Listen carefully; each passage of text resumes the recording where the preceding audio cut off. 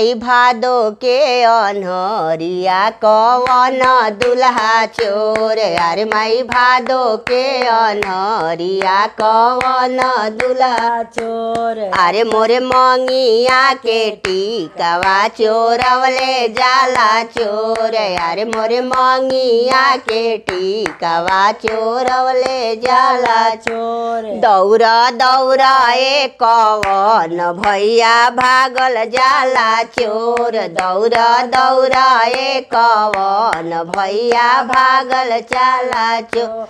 अरे अरे बहिनी हो कवनी बहिनी नखड़ा कर तोर। अरे अरे बहिनी हो कवन बहिनी नखड़ा कर तोर। अरे बहिनी राती के चोरवा कवन बहनो। अरे बहिनी राती के चोरवा कवन बहनो। अरे माई भादो के अनहरिया कवन दुल्हा चोर। अरे माई भादो के अनहरिया कवन दुल्हा चोर। अरे मोरे हाथ के कंगनवा चोरवले जाला चोर।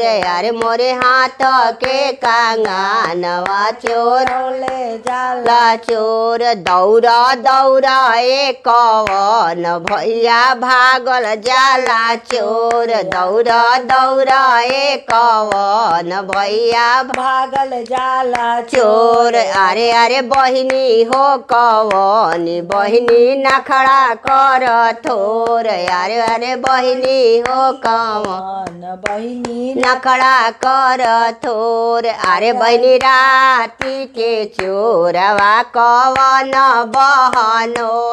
अरे बहिनी राती के चोरवा हवे जीजा जी हमार। अरे बहिनी राती के चोरवा हवे जीजा जी हमार। अरे अरे भादो के अनहरिया कवन दुल्हा चोर। अरे माई भादो के अनहरिया कवन दुल्हा चोर। अरे मोरे पायर के पायल चोरवले जाला चोर। अरे मोरे पौआ के पायल चोरवले जाला चोर।